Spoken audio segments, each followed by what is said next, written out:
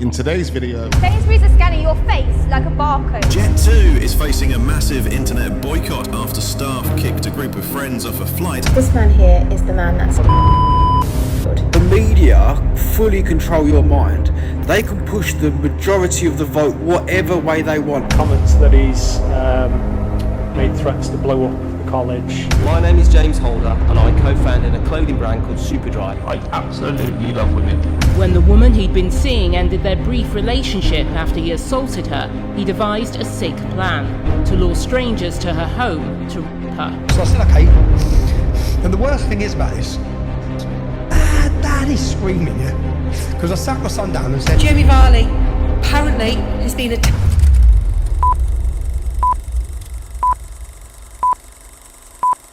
Right, ladies and gentlemen, we're back again. I hope every single one of you are doing well. I've got a compilation of videos that are going to make us question everything that's going on in the UK right now. I need every single one of you to hit that like button, but most importantly, leave all your thoughts and all your comments and all of your opinions down below. Now, let's start with this. One of the biggest expansions of facial recognition surveillance the country has ever seen. Sainsbury's are scanning your face like a barcode. They've just announced 200 of their stores are getting live facial recognition cameras. So just like your shopping gets scanned, your face gets scanned, and every customer is treated as a suspect before they've done anything. That's exactly what happened to Warren. He was kicked out of the Sainsbury's behind me after staff incorrectly identified him as a thief flagged by facial recognition technology.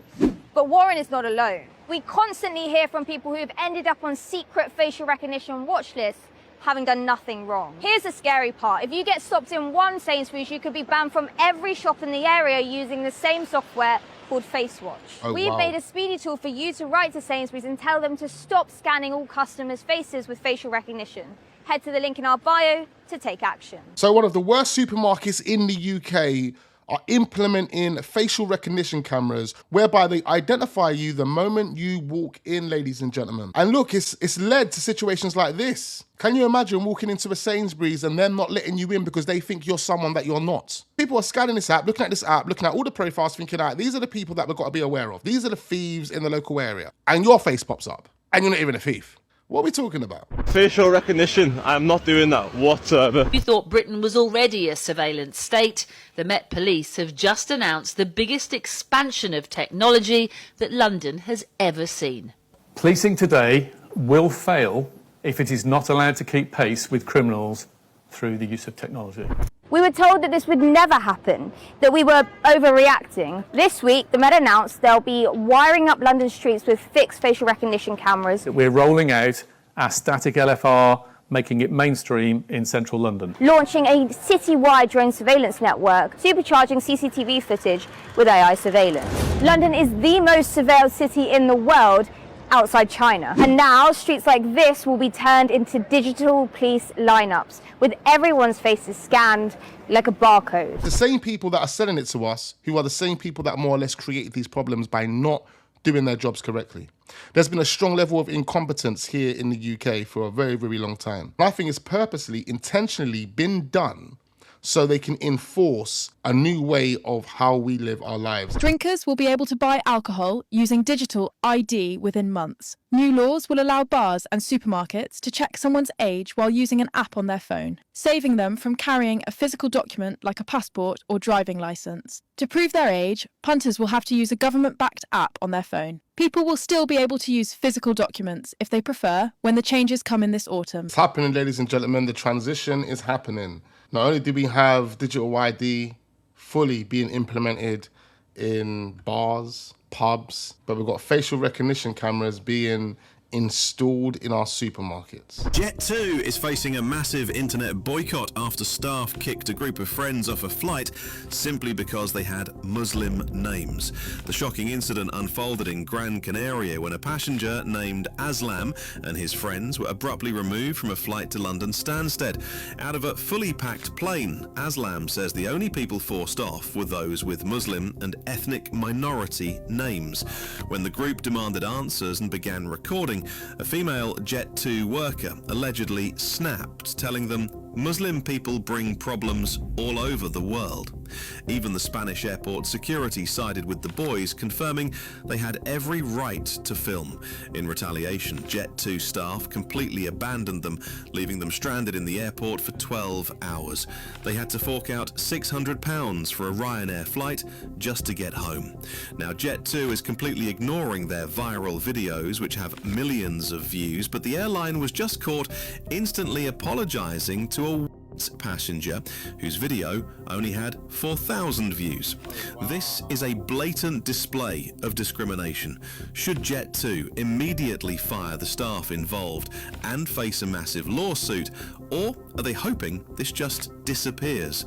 As a total violation. I actually see the initial clip of the two ladies that were throwing abuse at these guys, because that was a separate clip. I think there's multiple clips that these guys filmed whilst this was all going on. And I see one of them, but what we've just heard here is straight up discrimination and racism. You have to just call it for what it is, isn't it? This man here is the man that's I have been denied a photo of him, of what he looks like now, by the parole board, CPS, the courts and the police. This is how I remember him. This is what he looked like when the abuse was going on. His name is Andy. I knew him as Andy Starr. I've never said his name out loud before. I want to put this out there because I believe that people like him should be named and shamed and have their photos put up. I do not understand why the police, CPS, the courts, parole will not give me a photo. I think when someone has been convicted, which he has been, he is currently serving time in jail. He is up for parole at the end of this year, and he will be released in the end of 2028. He is a convicted paedophile, and he should be named, and he should be shown, and he should be shamed, because he will come out in 2028, and no one will know who he is, what he did, and will not know what he looks like. So this is why I'm doing it. I have been absolutely petrified about doing this for my own safety, but I believe that people need to know what he looks like. So here he is. This disgusting, disgusting human being sexually abused me from the age of 9 until I was nearly 13. Listen, right, politicians have already been selected. The next party have already been selected. The media fully control your mind. They can push the majority of the vote whatever way they want. The way they put news stories out, they can get inside your mind. They've been doing this for years. They can push the majority of the public's mind one way or the other. That's what they've been doing. Look at all the negative news about the immigration. Even the BBC, who were once a left-wing news channel, have slightly gone right-wing. It's all rubbish. It's two wings of the same bird. But for the argument of this video, even the BBC are non-stop. This amount of boats come across, this amount of boats, and blah blah blah. And every single news channel, asylum seeker does this, and there was and an immigrant attacked this person. It is constant, right? Imagine I wrote down every time a French person committed a crime in this country, and the only thing I told you about was every time a French person committed a crime. I could change your mind. I could make you dislike French people. It's one big pantomime. The stage has already been set. Reform will win, right? It's all been leading up to that. The whole politics, the whole part of the state is just, the baton is just passed back and forth. All an illusion, man. This whole left and right thing, it doesn't exist. It's all rubbish. And if you think that people have any say in how the system works, you are deluded. The whole thing is just scripted from day one. Look how many different parties and politicians for the last 100 years, have been ruling over you. Our lives never change. Tiny little things might change, but you still have to work for 50, 60 years of your life. They'll extort every penny out of you as they can and hope you die before they have to pay your state pension, no matter who rules. Our lives do not change. You are deluded if you're thinking that you can vote your way out of the state and the system. You can't. You're bang on the money with what you're saying here. The system was designed to benefit one particular type of person. This is why people hate England fans. Feeling about England playing Senegal or DR Congo next round? We've colonised them once.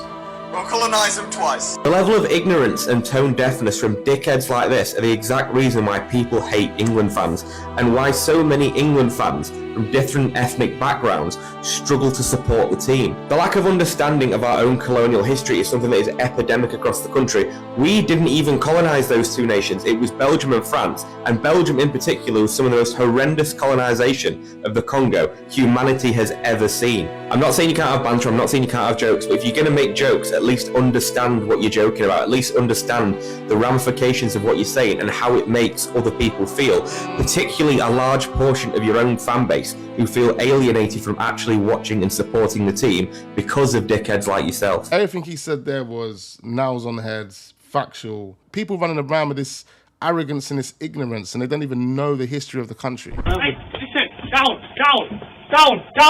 bro. Down, bro. You're laughing at me. You're laughing at me. We got no money, man. We got no money, man. You got no money.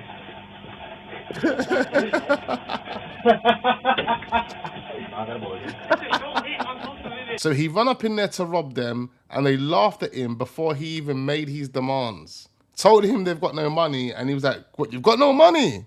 And he ran out of there. All right, let's move on to this. Here we have a man who created a fake Tinder profile to entice strangers to grape his ex. This is extremely disturbing. Let's get into it. Violent and vengeful, Assad Hussein turned his victim's safe haven into a living hell. When the woman he'd been seeing ended their brief relationship after he assaulted her, he devised a sick plan to lure strangers to her home.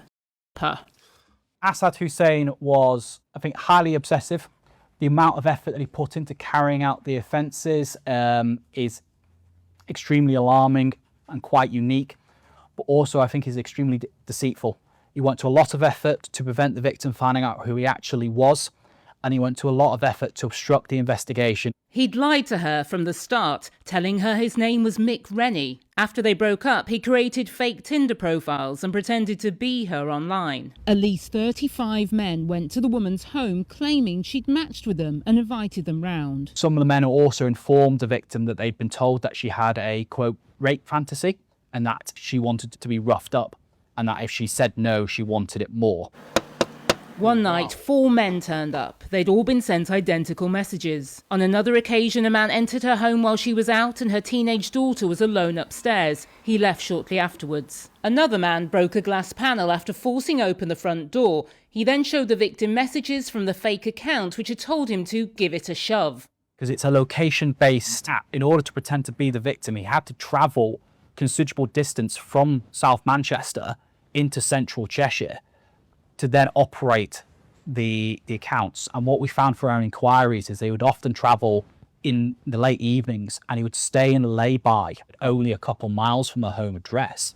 And he would sit there for hours at a time, we believe, operating the accounts and communicating with these men. That is straight up delusional and weird. Bogus accounts. When police couldn't find the victim's ex, Mick Rennie, on any of their systems, they examined her doorbell footage and traced his Audi back to Hussein's business. Officers discovered he changed his car registration and used multiple mobile phones to maintain his alter ego and run the fake Tinder accounts. I need to ascertain who you are. Hussein was arrested on the M6 in October 2024. He denied knowing the victim, running the fake accounts, or going by the alias Mick Rennie.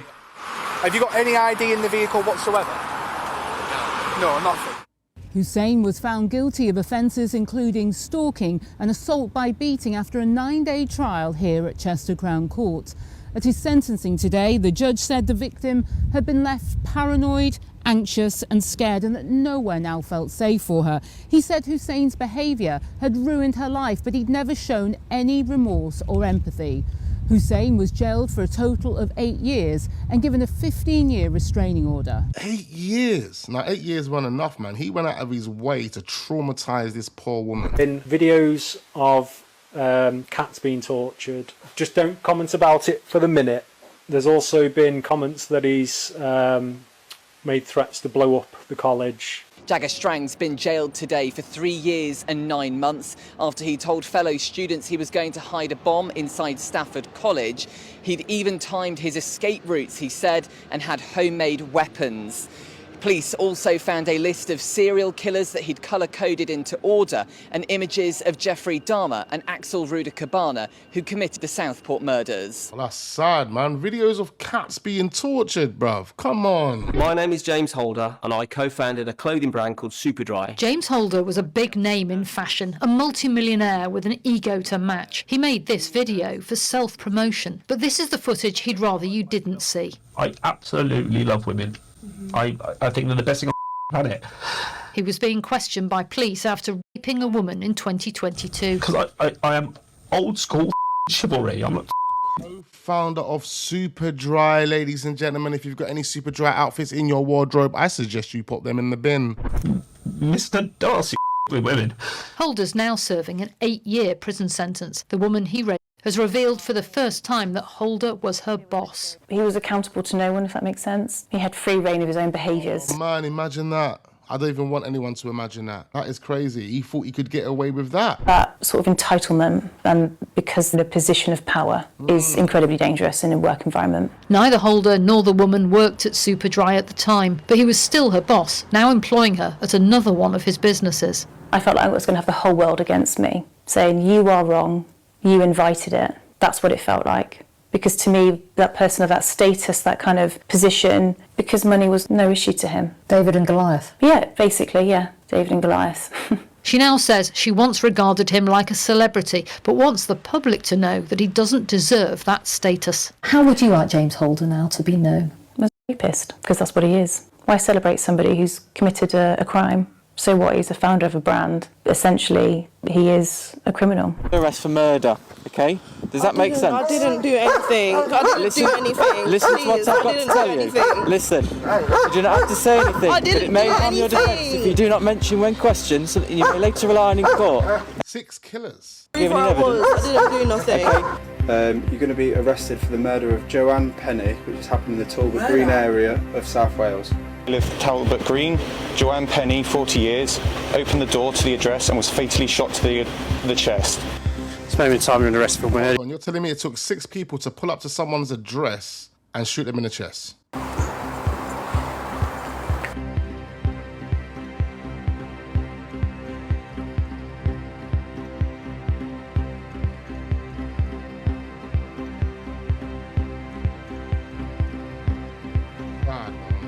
Jamie Varley apparently has been attacked in prison. We all remember Jamie Varley, right? Of course we do. He is the monster that raped, essayed and unalived the beautiful Preston Davey. Obviously more shocking details have come out about the abuse that this man did to that gorgeous little boy, to the point where, you know, he had semen in his lungs and all, bruises on the back of his throat where this man had... Did you just hear that? Man had David semen in his lungs. What? That makes sense as to why they said something was being stuffed in his mouth. Oh my God, poor kid, man. That made me feel sick. That just made me feel sick for a minute. Fucking hell, that is disgusting. Orally raped him. However, we digress. He is in HMP Wakefield, which apparently is also called Monster Mansion, and it is where Ian Watkins, the singer of Lost Prophets, was unalived recently. They don't take too kindly in that particular prison, or any prison. It seems that, you know, prisoners do have a heart. They don't take too kindly to prisoners that, you know, commit offences against children. So Mr. Varley has apparently been conifered, because I can't say the real word, in his neck. He's in a stable condition, but this information is widely available on the internet, by the way. Again, it's allegedly. We don't know if the rumours are true. However, just putting it out there. Hello? Hello? What? You need to come out, there's a fire. You need to come out, there's a fire. A fire where? In the back of your house. You need to come out now. Right. Quick. Yeah. Hey, Keys, let me tell you. Listen, Keys, right, at the side, near the back gate. The side near the back gate. Can you see the key safe? There's a key safe. Yes. Someone has rang the fire brigade? Yeah, the fire brigade's on its way. Now. Okay. Then, There's on fire and there's quite an old lady in the house. shit. It's gonna end. Ring the ambulance as well. Thank you. Please be gentle with it. Can you tell us who's on her way? How old's your mum? She's 87. She's 87. She has Alzheimer's. She has a heart condition. She's just coming down the stairs now. Yeah, please make sure she's covered up. I'll be with her we'll be there in 15 minutes. Go away from the house. Come on, darling. Yes. Is everybody all right? I'm so sorry. Are you all right? You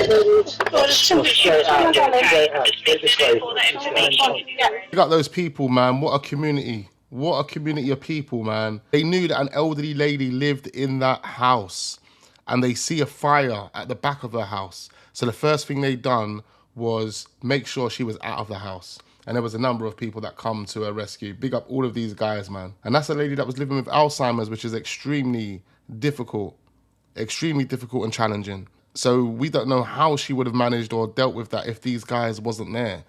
She wouldn't have known what that fire was, what the smell was. Luckily, this is a tight-knitted community, man. We need more communities like this. I guess. So I spent 12 to 18 months in a city called Telford, and I spent time with dozens of girls and families, getting to know them and hearing their story and building a... And when I knocked on the door, I got them all banged to rights. They were all paid. So I said, okay. And the worst thing is about this...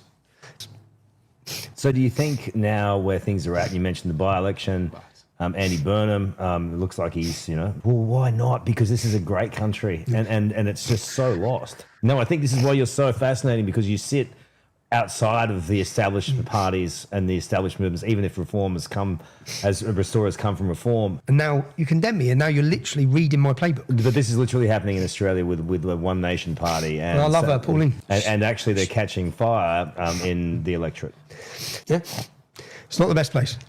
You know that. That's my mate over there. The security guy. And it was on 200,000 views. Now, and my son goes, Dad, he's screaming, yeah? Because I sat my son down and said... Yeah, that's not hay fever. There we have it, ladies and gentlemen, a compilation of disturbing videos that more or less prove the UK isn't what we think it is. I need to know exactly what you guys are thinking right now. Leave all your thoughts, all your comments, and all your opinions down below. I'll be responding to as many comments as I possibly can. Hit that like button, subscribe. We've got more videos uploading. I look forward to seeing you guys on the next one.